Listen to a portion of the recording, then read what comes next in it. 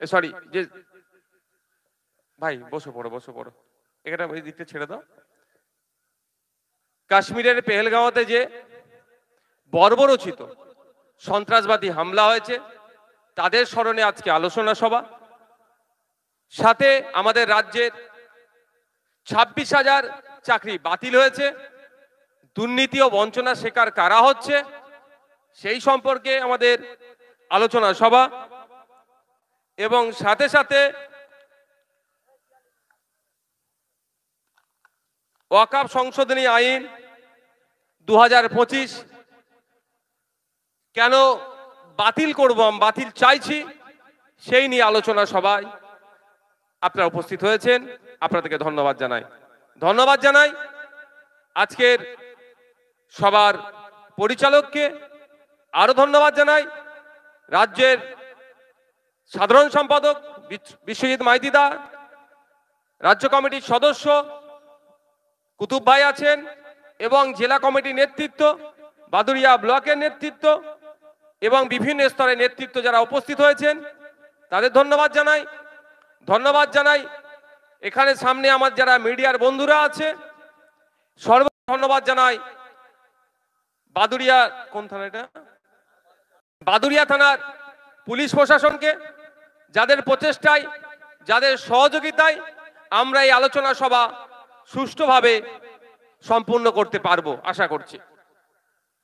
তিনটে বিষয় নিয়ে আজকে আলোচনা সভা। প্রথমেই আমি যেটা বলবো, কাশ্মীরের পেহেলগাঁওতে যে সন্ত্রাসবাদী বর্বরোচিত হামলা হয়েছে, যে খুনিগুলো এসে আমাদের 26 থেকে 27টা ভাইকে খুন করেছে, একটাও না ছাড় পায়, তাদেরকে খুঁজে বার করতে হবে। সে পাকিস্তানে ঢুকে থাকুক, আফগানিস্তানে থাকুক, বাংলাদেশে থাকুক, ট্রাম্পের কোলে উঠে বসে থাকলেও তাকে খুঁজে বার করে ভারতবর্ষে নিয়ে এসে বিচার করে 6 মাসের মধ্যে তাকে ফাঁসি দিতে হবে। এই আলোচনা সভা থেকে দাবি আমরা তুলছি। ওই খুনি বর্বররা, যারা মানবতা বিরোধী, কাশ্মীরের মানুষের বিরোধী, ভারত বিরোধী যারা, তাদেরকে কোনো অংশেই ছাড় পাওয়া দেওয়া যাবে না। এই সন্ত্রাসবাদের বিরুদ্ধে আমাদের কাছে যে চ্যালেঞ্জ, ঐক্যবদ্ধ হয়ে একসাথে দেশের প্রত্যেকটা নাগরিককে আওয়াজ তুলতে হবে। পাকিস্তানের বর্ডার থেকে পেহেলগাঁও 300 কিলোমিটার প্রায় দূর, কিভাবে ওখান থেকে সন্ত্রাসবাদীরা এখানে আসলো, এসে আমাদের নিরীহ 26 জন নাগরিককে শহীদ করে আবার গায়েব হয়ে গেল, এর জবাবটাও কিন্তু মোদি অমিত শাহকেও দিতে হবে। হ্যাঁ, আমাদের সেনারা, আমি বলেছিলাম একটা বক্তব্যতে যে আমার তোর সইছে না, আমাদের সেনাদেরকে একবার দায়িত্ব দিক, পাকিস্তানকে যোগ্য জবাব দিয়ে আসবে। ওই দিন রাত্রি দেখলাম আমাদের সেনারা গ্রিন সিগন্যাল পেয়েছিল, Indian army, Indian navy, Indian air force, 3 বিভাগের সেনা গিয়ে মাত্র 25 মিনিটের মধ্যে পাকিস্তানকে কিন্তু কাঁপিয়ে দিয়েছে। এটা আমাদের সেনা। কিন্তু সাথে সাথে এটা বলবো, এই লড়াইয়ের যারা, এই প্রতি উত্তরের যারা নেতৃত্বে ছিলেন, আমাদেরই বাড়ির মেয়ে ভামিকা সিং, আমাদেরই বাড়ির মেয়ে সোফিয়া কুরেশি, নারীরাও কোনো অংশে পিছিয়ে নাই, নারীরাও লড়াই করতে জানে, সেটা তিনারা প্রমাণ করেছেন। কিন্তু প্রশ্ন কিছু থেকে যায়। আজকের এই স্মরণ সভা থেকে তাদেরকে আলোচনার মাধ্যমে বলছি, প্রশ্ন কিছু থেকে যায়, আপনাদেরকেও লাগাতার এই প্রশ্ন করে যেতে হবে। প্রশ্নটা কি? যেই কাশ্মীরে 5 মিটার 10 মিটার ছাড়া ছাড়া সেন্ট্রাল ফোর্স থাকে, সেই কাশ্মীরে AK-47 এর মতো বড় হাতিয়ার নিয়ে কিভাবে হত্যা লীলা চালালো, এইটাও কিন্তু উত্তর কাকে দিতে হবে? শুভেন্দু অধিকারীর নেতা মোদিকে দিতে হবে। এটাও কিন্তু আমাদের মাথায় রাখতে হবে। শুভেন্দু অধিকারী প্রচুর চিৎকার চেঁচামেচি করছে, উনাকে প্রশ্ন করতে হবে গণতান্ত্রিক প্রক্রিয়ায়।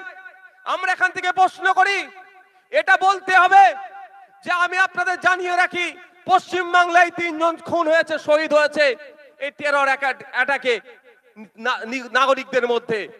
তার মধ্যে একজন বেহালায় শখের বাজারে সমীর গুহ নামে এক সাহেব, তার বাড়িতে আমি গিয়েছিলাম, কথা বলেছি, কথা বলে জানতে পেরেছি যে যখন গুলি চালিয়েছে জঙ্গিরা, যখন আক্রমণ করেছে জঙ্গিরা, তার প্রায় 2 ঘন্টা পরে ফোর্স এসেছে তাদেরকে উদ্ধার করতে।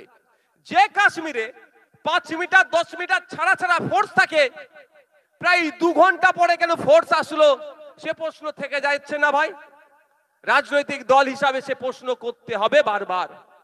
তাই এই আলোচনা সভা থেকে আইবি, সেন্ট্রাল আইবি যারাই আওয়াজ শুনবেন, তাদের মাধ্যমে দেশের সরকারের কাছে আমি জানতে চাই, এটা শুধু নওশাদ সিদ্দিকীর কথা নয়, এই যদুরহাটি বা বেড়াচাপার মানুষের কথা নয়, বাদুরিয়ার মানুষের কথা নয়, সারা দেশের মানুষের কথা, যে 2 ঘন্টার পরে কেন আমাদের সেনা আসলো। 2 ঘন্টা হয় তাদেরকে খবর দেওয়া হয়নি, আর না হলে তাদেরকে আটকে রাখা হয়েছিল, আসতে দেয়নি। কারা খবর দেয়নি বা কারা আটকে রেখেছিল, সেইগুলোকে খুঁজে বার করতে হবে, তদন্ত করতে হবে, তাদের বিরুদ্ধে ব্যবস্থা গ্রহণ করতে হবে। এই আওয়াজ তুলতে হবে না? এটা ভারতবর্ষ প্রশ্ন করছে, এটা নাগরিক প্রশ্ন করছে। এই প্রশ্নটা যাতে না সবাই করতে পারে, তার জন্য হিন্দু মুসলমানের মধ্যে বিভেদ লাগানোর চেষ্টা করছে। এই প্রশ্নটা না করতে পারে, তার জন্য কি বলছে? ধর্ম জেনে জেনে খুন করেছে। আমরা দেখেছি যাদেরকে খুন করেছে, হত্যা করেছে, তার মধ্যে কাশ্মীরি নাগরিকও ছিল, তার ধর্মীয় পরিচয় আলাদা ছিল। আমি ধরে নিলাম ধর্ম জেনে খুন করেছে। আচ্ছা, আপনারা বলুন, ভারতবর্ষের ইতিহাসে বলতে পারবেন এই ধরনের কোনো ইতিপূর্বে ছিল টেরর অ্যাটাক যেখানে হিন্দু বা মুসলমান তুমি জেনে জঙ্গিরা মেরেছে? কিন্তু ঘটনা অনেক আছে, আদিবাসী হওয়ার জন্য পিটিয়ে মেরেছে। ঘটনা অনেক আছে, উড়িষ্যায় কদিন আগে ওই বড় বড় গুলোরা জামিন পেয়েছে, খ্রিস্টান পরিবারকে খুন করেছে। ঘটনা অনেক আছে, মুসলিম হওয়ার অপরাধে পিটিয়ে মেরেছে। ঘটনা অনেক আছে, গোমাংস ভক্ষণের কারণে পিটিয়ে মেরেছে। কিন্তু 75 বছরের ভারতবর্ষের ইতিহাস দেখলে দেখা যাবে যে হিন্দু হওয়ার জন্য তার ধর্ম জিজ্ঞাসা করে মেরেছে এই প্রথম। তাই তো? একটা ভয়ঙ্কর সিমটম আমাদের জন্য। যাকে হিন্দু হৃদয় সম্রাট বলে শুভেন্দু অধিকারীরা বীর বলে যাকে সবসময় মাথার উপরে তুলে রাখতে চায়, তার আমলে ভারতবর্ষের হিন্দুরাও তাহলে সুরক্ষিত নয় কি ভাই? হিন্দুকে বাঁচাতে এসেছো তো? শুভেন্দু বাবু এখন যে দলে আছে, বর্তমান যে দলে আছে, কেন বুঝতে পারছেন তো? শুভেন্দু বাবু বর্তমান যে দলে আছে সেই দল বলছে হিন্দুকে বাঁচাতে এসেছি। ভালো কথা, আমি না বাঁচলে আমার দাদা বাঁচবে, অন্তত বাঁচুক। আমরা চাই কেউ আমার প্রতিবেশী বাঁচুক, কিন্তু বাঁচাতে পারছে কি? বরঞ্চ এ নিজেকে হিন্দু হৃদয় সম্রাট বলে প্রতিষ্ঠা যিনি করতে চাইছেন বা যার দল করতে চাইছে, তার আমলে বেছে বেছে হিন্দুকে খুন করলো। এরা জবাব তো দেওয়া দূরের কথা, মাইকলে শুধু হই হই করছে। বরঞ্চ আপনার বাড়ির ছেলে, আমার বাড়ির ছেলে, বাংলার ছেলে ঝন্টু আলী মল্লিক, এই কেন আমার দেশের নাগরিককে, কেন আমার দেশের হিন্দু ভাইকে পাকিস্তান থেকে নাকি জঙ্গি এসে খুন করবে, এর বদলা নেওয়ার জন্য চুপ করে বসেছিল না। আমার হিন্দু ভাইকে কেন খুন করেছে জবাব দেওয়ার জন্য মাঠে নেমে জঙ্গিদের বিরুদ্ধে লড়াই করে জীবনটা দিয়ে দিল। যেটা শুভেন্দু অধিকারী এখানে চিৎকার করছে বর্ডারের দিকে ভয় যেতে চাইছে না, কিন্তু ঝন্টু আলী মল্লিক ভেবেছে একবারও? ঝন্টু আলী মল্লিক কি বলেছে, কেন লড়াই করেছে? যে ও এসে আমার দেশের নাগরিককে খুন করলো, আমি চুপ করে বসে থাকবো? জবাব দিতে গিয়েছিল, কিন্তু সে শহীদ হয়েছে দেশের জন্য। কিন্তু কোনো বিজেপির নেতা কাজ করেনি, মাথায় রাখবেন। করেছে কে? দেশের আর্মি করেছে। কে লড়াই করেছে? কে? কদিন আগে দেখলেন না 22-24 বছরের একটি আমাদের আর্মি, ওর নামটা কি, নায়ক মুরারি মনে হচ্ছে সবসময়, মুরারি নায়ক, এই নামটা আমি দুঃখিত, টাইটেলটা মনে আছে, নায়ক, 26 বছর বয়স, আমাদের থেকে ছোট। কেন জীবনটা দিয়েছে? লড়াইটা কাদের বিরুদ্ধে? আর কেন লড়াই? কেন লড়াইটা? আমরা যাতে নিরাপদে থাকি, সেই লড়াই। আমরা নিরাপদে থাকবো, যাতে আমরা শান্তির সাথে যাতে থাকি, তার জন্য লড়াই করছে। আর কিছু রাজনৈতিক কারবারিরা তাদের আত্মবলিদান, আত্মত্যাগকে রাজনৈতিক ফায়দা নেওয়ার চেষ্টা করছে। তাই সময় এসেছে ঐক্যবদ্ধ হতে হবে, ঐক্যবদ্ধ হয়ে লড়াই করতে হবে। যারা আমাদের সেনাদের আত্মত্যাগ আত্মবলিদানকে নিয়ে রাজনীতিকরণ করতে চাইবে, তাদেরকে আমরা গণতান্ত্রিক প্রক্রিয়াতে ক্ষমতাচ্যুত করব। তার পরিবর্তে আমরা যারা আমাদের সেনাদের যে সমস্ত গ্যাপগুলো আছে, 2019 সাল থেকে আর্মিতে কোনো রিক্রুটমেন্ট নাই, আর্মি শূন্য পদ হয়ে যাচ্ছে, আর্মির পোশাক নিয়ে, আর্মির খাবার নিয়ে অনেক গোলযোগ আছে, অনেক অভিযোগ থাকার পরেও মোদী সরকার ঠিকঠাক পূরণ করছে না। তাহলে আমাদেরকে ওর জায়গায় কাকে আনতে হবে? সত্যি যদি আমরা সাচ্চা দেশপ্রেমিক হই, আমরা আমাদের আর্মিদের জন্য সবসময় থাকবো তো নাকি? এ কারা থাকবেন বলুন?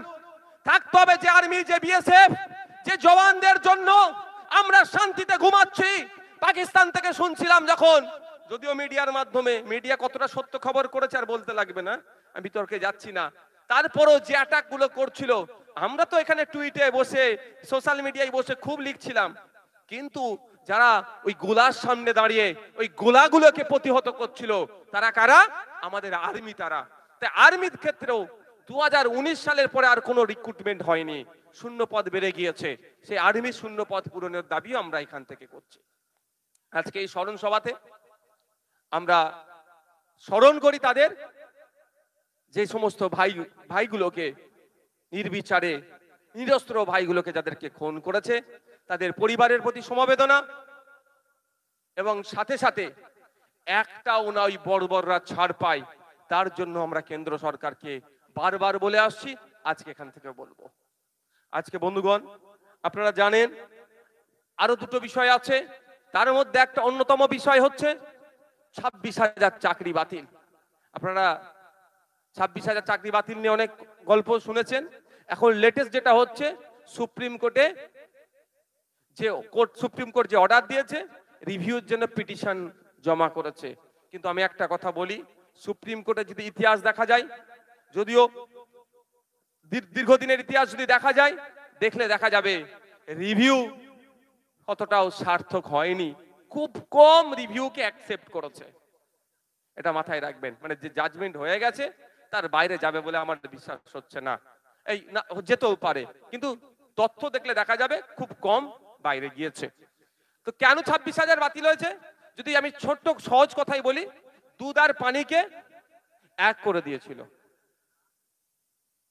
দুধ আর পানি এক করে দিয়েছিল, দিয়ে চালিয়ে দেওয়ার চেষ্টা করেছিল।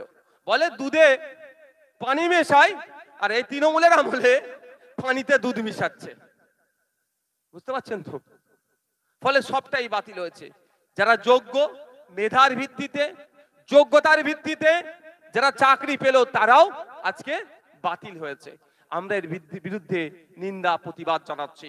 আমরা রাজ্য সরকারের কাছে দাবি করছি, অবিলম্বে যে 22 লক্ষ ছেলে মেয়ে এক্সাম দিয়েছিল, তার মিরর যে ওএমআর শিট আছে, সেটা পাবলিক ডোমিনে দেওয়া হোক, এবং সাথে সাথে রাজ্য সরকারই বলতে পারবে কার কাছ থেকে মাল নিয়ে, কার কাছ থেকে টাকা নিয়ে কাকে অবৈধভাবে চাকরিতে নিয়োগ করেছে। অর্থাৎ সুপ্রিম কোর্ট বারবার যে কথা বলেছিল, বৈধকে আর অবৈধকে এই লিস্ট রাজ্য সরকার পাবলিশ করুক, অবৈধগুলোকে স্কুল থেকে বার করে দিয়ে বৈধগুলোকে পুনরায় স্কুলে পাঠাক, এর ব্যবস্থা রাজ্য সরকারকে করতে হবে। আজকের এই আলোচনা সভা থেকে আমরা দাবি করছি। সহমত তো নাকি ভাই?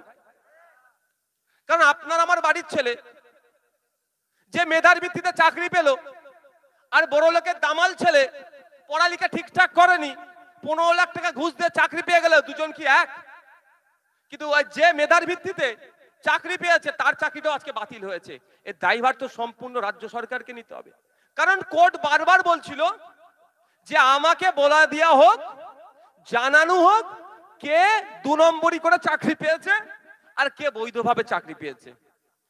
সিবিআই যে তথ্য নিয়েছে, সেই তথ্য অনুযায়ী প্রায় 8,500 মতো মানুষ অবৈধভাবে চাকরি করছে। রাজ্য সরকার যে তথ্য দিয়েছে ওই 4,500 মতো, এসএসসি যে তথ্য দিয়েছে ওই 6,500 মতো, আর পর্ষদ যে তথ্য দিয়েছে 5,500 মতো, মানে ঘেটে ঘ করে দিয়েছে। কিন্তু এসএসসি, পর্ষদ, রাজ্য সরকার সবটাই কিন্তু রাজ্য সরকারের আন্ডারে থাকে। তাহলে তিনজন মিলে বসে একটা সঠিক তথ্য দিতে পারতো তো, যে এই তথ্যটা আমরা ফাইনাল দিচ্ছি যে 26,000-এর মধ্যে 8,000, 10,000, 5,000 যাই হোক না কেন, এরা অবৈধভাবে চাকরি করেছে, এদের বাদ দিয়ে দিলাম, বাকি যারা বৈধ তাদেরকে স্কুলে রাখুন। তাহলে সমস্যা হতো কি? কেন করেনি? এর মধ্যে কারণ আছে। আপনার এই বাদুরিয়ায় কি চাকরি বিক্রি হয়নি? কি মনে হয় আপনার? বাদুরিয়াতে চাকরি বিক্রি হয়েছে। কেমন করে হয়েছে? কন্ট্রাক্ট করেছে, তুই চাকরি 15 লাখ টাকা দিলে চাকরি হবে, 15 লাখ টাকা দিয়েছে। যে টাকা তুলেছে সে কি 15 লাখ টাকা আত্মসাৎ করেছে? সে করেনি, সে 1 লাখ ম্যাক্সিমাম। বাকি 14 লাখ কোথায় গেছে? এই ঘাট ও ঘাট করতে করতে কোনো একটা ঘাটে গেছে। সে ঘাট থেকে টাকা কি আর বান্ধবীর ফ্ল্যাটে রাখবে? ইউক্রেনে চলে গেছে। সে টাকা রাশিয়াতেও ব্যবসা হচ্ছে, সেটা জাপানে আছে ব্যবসা চলছে, জার্মানিতে ব্যবসা চলছে, সে টাকা দুবাইয়ে ব্যবসা হচ্ছে। আমি সেটাও বলে দিচ্ছি, প্রায় 8,000 কোটি টাকার ব্যবসা দুবাইয়ে চলছে। কে চালাচ্ছে সে তাকে একটু বার্তা দিয়ে রাখি, আপনি কার হাত দিয়ে চালাচ্ছেন সেটাও আমি নওশাদ সিদ্দিকী তথ্য খুঁজছে, ধরুন সময়ে তার নামটাও বলে দেবো, দুবাইয়ের কোন শায়েখ চালাচ্ছে এটা, সেটাও আমি তদন্তে আছি, চেষ্টা করছি। কারণ দুবাই তো এখান থেকে অনেক দূরে, ছোটখাটো মানুষ ওখানে পৌঁছাতে পারছি না, তবে কিছু পৌঁছে গেছি, পা গলিয়ে দিয়েছি বার করার, বাকিটা শরীরটা ঢুকালেই বেরিয়ে আসবে কে আছে। তো 8,500 কোটি টাকা, এটা মাথায় রাখবেন। তো চলে গিয়েছে। এবার ধরুন আপনার এই চাকরি বাতিল হলো, যারা অবৈধ তারা তো স্কুল থেকে ছাঁটাই হবে। তারা এসে প্রথম কাকে ধরবে? আপনার এলাকায় যার হাতে 15 লাখ টাকাতে চাকরি পেয়েছিল, বলবে তুই আমার চাকরি দিতে পারিস নি, বাতিল হয়েছে, টাকা ফেরত দে। সে ক টাকা ফেরত দিতে পারবে? 1 লাখ নিয়েছে নিজের জন্য, এদিক সেদিক ফেরত দিতে পারবে, আর বাকি 14 লাখ দিতে পারবে? তাহলে যদি না ফেরত দিতে পারে, পিঠের চামড়া তার থাকবে? চামড়া থাকবে না। সে তখন বলবে কি পরের ঘাট কাকে দিয়েছে? পরের ঘাটে জেলার একটা তৃণমূলের নেতা নাম বেরিয়ে পড়তে পারে, তার কাছে পাবলিক ছুটবে, একে ধরে নিয়ে যাবে, বা সিবিআই তাকে তুলতে পারে। এইরকম করতে করতে বড় নেতার কাছেও চলে যাবে। ওটা না হয় সেই জন্য বলছে আমি কেন ডুববো, সবাইকে নিয়ে ডুববো। যারা ভালো বৈধ তাদেরকেও আজকে সৌন্দর্যকে আমাদেরকে দেখাচ্ছে। আমার অনুরোধ আপনাদের কাছে, যারা বৈধ পন্থা অবলম্বন করে চাকরি পেয়েছে তাদেরকে আপনারা সৌন্দর্যকে দেখবেন না, ডিসমোটিভেট করবেন না, মোটিভেট করবেন তাদেরকে বলবেন তোমরা লড়াই করে যাও, তোমাদের সাথে আমরা আছি, তোমরা যোগ্যতার ভিত্তিতে চাকরি করেছো পেয়েছিলে, তোমাদের সাথে আমরা আছি, যতক্ষণ না রাজ্য সরকার তোমাদের চাকরি ফিরিয়ে দিচ্ছে আমরা তোমাদের সাথে থাকবো। এটা মাথায় রাখবেন। সমাজ তৈরি করা তারাই কারিগর।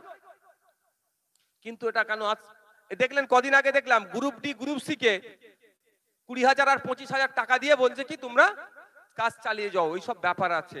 কেন বলুন তো, কেন?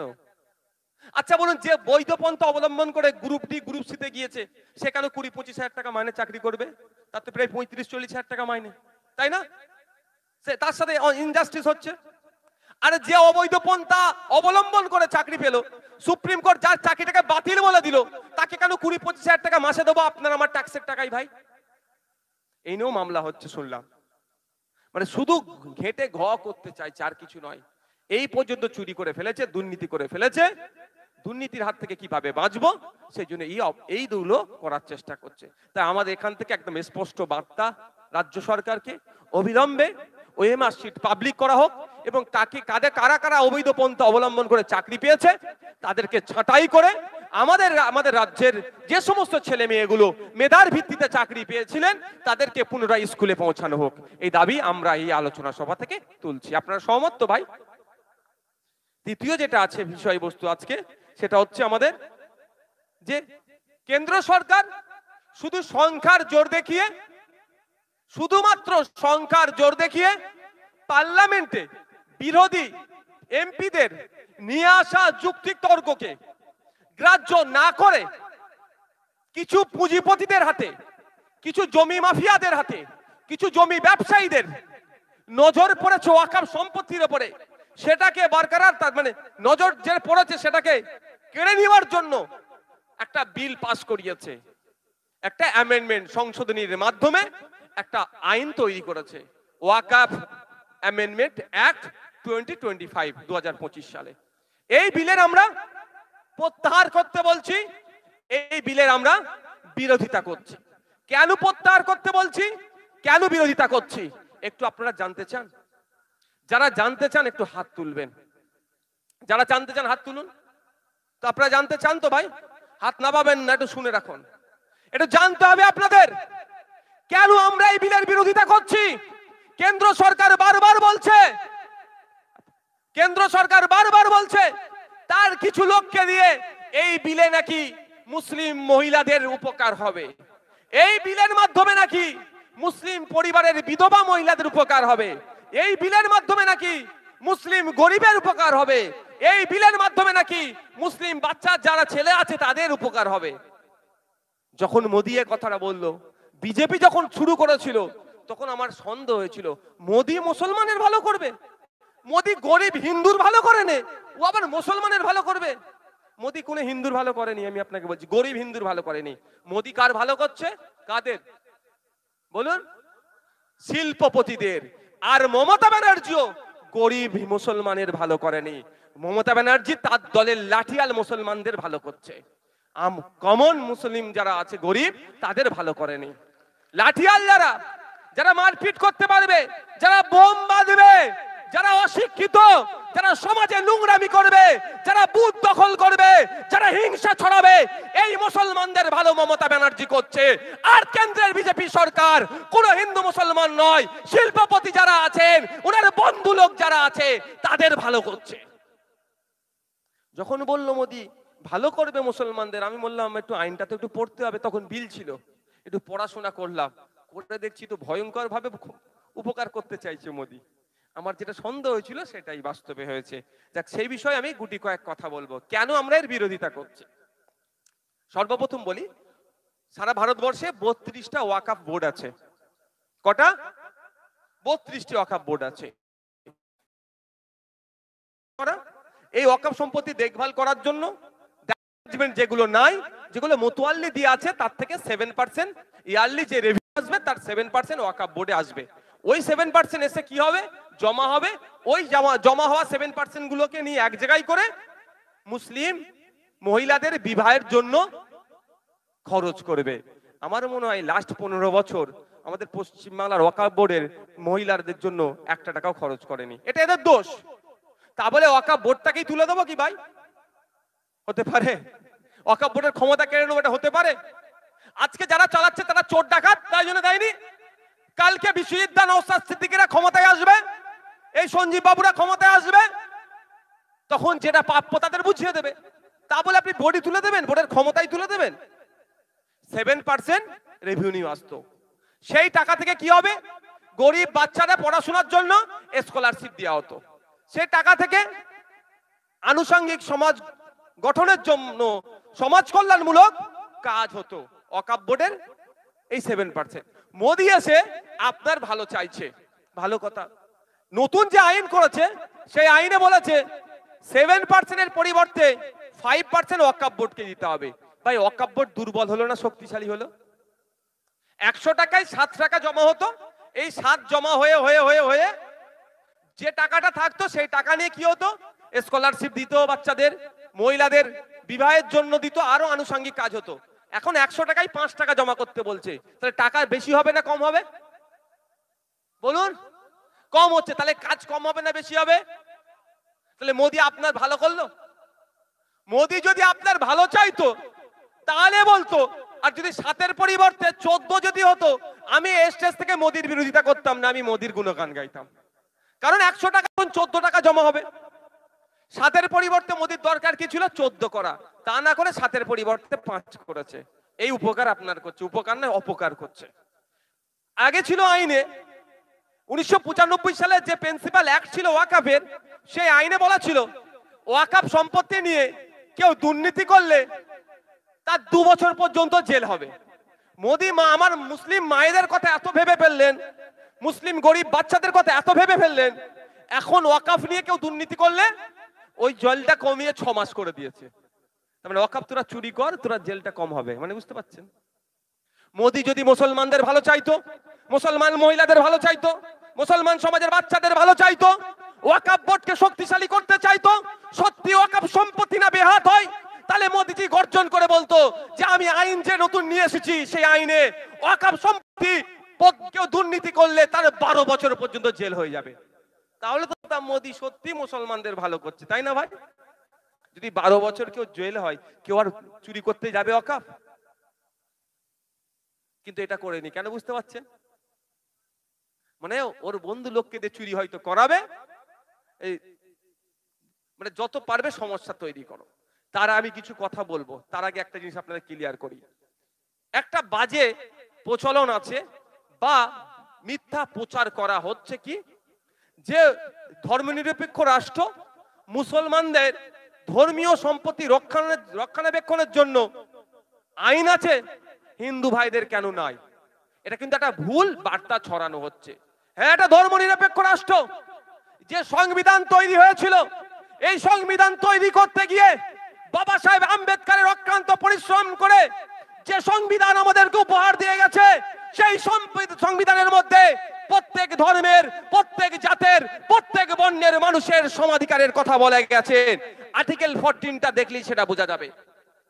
কিন্তু একটা মিথ্যা প্রচার আমাদের মধ্যে করে হিন্দু মুসলমানের মধ্যে বিভেদ তৈরি করতে চাইছে কারা? বিজেপি। আর এই যে প্রচার করছে তাকে আটকানোর দায়িত্ব কার বলুন? আমার, রাজ্য সরকারের। যে তোমাদের রাজ্য হচ্ছে, মমতা ব্যানার্জিরা আটকাচ্ছে না কেন? আইএসএফ কে হুমকি চুমকি দেবে, বিজেপি কে এরা মাখা করবে। কারণ এরা তো চায় রাজ্যে যত বিজেপি হই হই করবে, সংখ্যালঘু ভোটের 95% ভোট তাদের কোলে উঠে বসে থাকবে। আর দু চারটে আমার মতো, এই তোমাদের মতো যারা আছে, ওই মিথ্যা কেস দেখিয়ে মাঝে মধ্যে জেলে রাখবে, তাই তো। কিন্তু জানতে হবে এই কথাটা যেটা বিজেপি প্রচার করছে সম্পূর্ণ ভুল, অসত্য কথা। কারণ সারা ভারতবর্ষের মুসলিম সম্প্রদায়ের যে ধর্মীয় রিলিজিয়াস এন্ডোমেন্ট গুলো আছে, সেইগুলো রক্ষণাবেক্ষণের মাধ্যম কি 32টা বোর্ড মিলে রক্ষণাবেক্ষণ করে। কটা? 32টা ওয়াকফ বোর্ড আছে, তারা রক্ষণাবেক্ষণ করে। তার মাথায় সেন্ট্রাল ওয়াকফ কাউন্সিল আছে, ঠিক আছে। তাহলে আমার হিন্দু ভাইদের ধর্মীয় সম্পত্তি রক্ষণাবেক্ষণের দায়িত্ব কার? ভারত সরকারের নিশ্চিতভাবে, রাজ্য সরকারগুলো নিশ্চিতভাবে। তা আইন আছে কিনা না একটু দেখে নেওয়া যাক। যারা অসত্য কথা বলে তাদেরকে উত্তর আপনারা দেবেন। কারণ আপনাদের বলে রাখি, যেমন ওয়াকফ প্রিন্সিপাল অ্যাক্ট 1995 তৈরি হয়েছে। 1954 আগে, দেশ স্বাধীনের আগে থেকে ওয়াকফ আইন ছিল, প্রিন্সিপাল অ্যাক্ট হিসাবে যখন পরিগণিত হয়েছে 1995 সালে লাস্ট ছিল।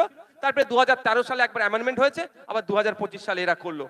তো দা উত্তরপ্রদেশ শ্রী কাশী বৈশ্বনাথ টেম্পল অ্যাক্ট 1983 সালে তৈরি। বিখ্যাত মন্দির জানেন তো উত্তরপ্রদেশের? কাশী বৈশ্বনাথ মন্দির। ওই মন্দির হচ্ছে মন্দিরের সম্পত্তি রক্ষণাবেক্ষণের জন্য আইন কত সালে? উত্তরপ্রদেশ সরকারের 1983 সালে তৈরি হয়েছে।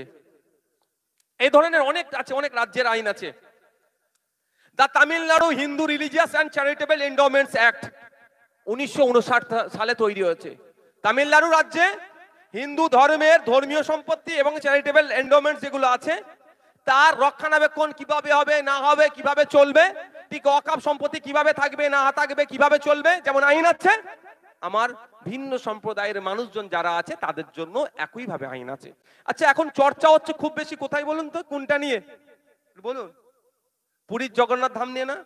পুরীর জগন্নাথ ধামের আদলে যেটা তৈরি করেছে, আমি চরম বিরোধী। কিন্তু মন্দির মসজিদ সরকারের তৈরি করার কথা নয়। এক নম্বর কেন বিরোধী আমি বলছি, যে পুরীর জগন্নাথ ধামের আলাদা একটা ঐতিহ্য আছে তো, আলাদা একটা ইতিহাস আছে তো। 4টে ধামের মধ্যে একটা বিখ্যাত ধাম তো, তার আদলে যদি পাড়ায় পাড়ায় আমি ওই ধাম তৈরি করে দিই, তাহলে ওই ধামের গুরুত্ব কমবে না? কমবে না? আমি একজন ধর্মনিরপেক্ষ মানুষ স্টেজে দাঁড়িয়ে এর বিরোধিতা করছি। এদের বিশ্বাস নয়। এরা কি বলছে? গরিব মানুষ পুরীর ধামে যেতে পারে না, ওই জন্য ধাম করে দিয়েছি। কালকে তো আপনার এখানে কি বলে, বাদুড়িয়াতে আর একটা করে দেবে জগন্নাথ ধাম। তাহলে ওই ধামের গুরুত্ব, ইতিহাস, তার যে সমস্ত ঐতিহ্য বিলীন হচ্ছে কি হচ্ছে না ভাই বলুন? হচ্ছে না? আমি উদাহরণের জন্য বলছি, এখানে মুসলিম সম্প্রদায়ের মানুষ বেশি আছেন, সহজে বুঝবেন। আচ্ছা, কালকে যদি মমতা বলে, মোদি বলে মুসলমানদের জন্য ভালো চাইছি, এরকম ভালো, যে তোমরা মক্কা শরীফে যেতে গেলে 3.5-4 লাখ টাকা হজে লাগে, আমরা এখানে একটা কাবা শরীফ বানিয়ে দেবো, কেমন লাগবে? খারাপ লাগবে না? হবে কি হবে? তাহলে হিন্দু ভাইদের কাছে ওই ধামটা কি ওই রকম হচ্ছে না? চোখ কান খুলে রাখতে হবে। ওটা হিন্দুদের বিষয়, চুপ করে যাবো এরকম নয়। হিন্দু মুসলমানের নয়, অন্যায় হলে অন্যায় প্রতিবাদ করতে হবে। আপনি মন্দির করবেন আপনার কাঠের টাকা দিয়ে করুন, ওর আদলে করছেন, কিন্তু আরো তো মন্দির আছে। কিন্তু মাথায় রাখতে হবে এদের কোন জায়গায় এরা কি করতে চাইছে। প্রত্যেকে মানুষের গুরুত্ব ঐতিহ্যকে ধ্বংস করছে। এখন না প্রতিবাদ করলে কালকে দেখবেন এরকম একটা কাবা শরীফ বানিয়ে দেবে এরা, বলে তোদের আর যেতে লাগবে না, 4 লাখ টাকা সবাই দিতে পারবি না। এই ধরনের এরা করছে। যাক, আমি ফিরে আসি। ওই যে পুরীর জগন্নাথ মন্দির যেটা আছে, সেখানে দেখবেন কি লেখা আছে, মন্দিরে একটা জায়গায় লেখা আছে অহিন্দু প্রবেশ নিষেধ। কেন যদি প্রশ্ন করি, কিন্তু এটা কি ভুল লিখেছে? আমি স্টেজ থেকে বলছি কিছু ভুল লিখে নেই, আইনের মধ্যে আছে ওরা। রিলিজিয়াস এন্ডোমেন্ট অ্যাক্ট 1863 যদি আপনি দেখেন, গাইডলাইন অনুযায়ী লেখা আছে। সংবিধানের বাইরে কিছুই তিনি করেননি। আর্টিকেল 26 নম্বর খুলুন, সেখানে বলে আছে তাদের সম্পত্তি রক্ষণাবেক্ষণ থেকে শুরু করে সব তার অনুযায়ী করেছে। আমি ওইদিকে এখন যাচ্ছি না। তাহলে মুসলিমদের ধর্মীয় সম্পত্তি রক্ষণাবেক্ষণের জন্য যেমন আইন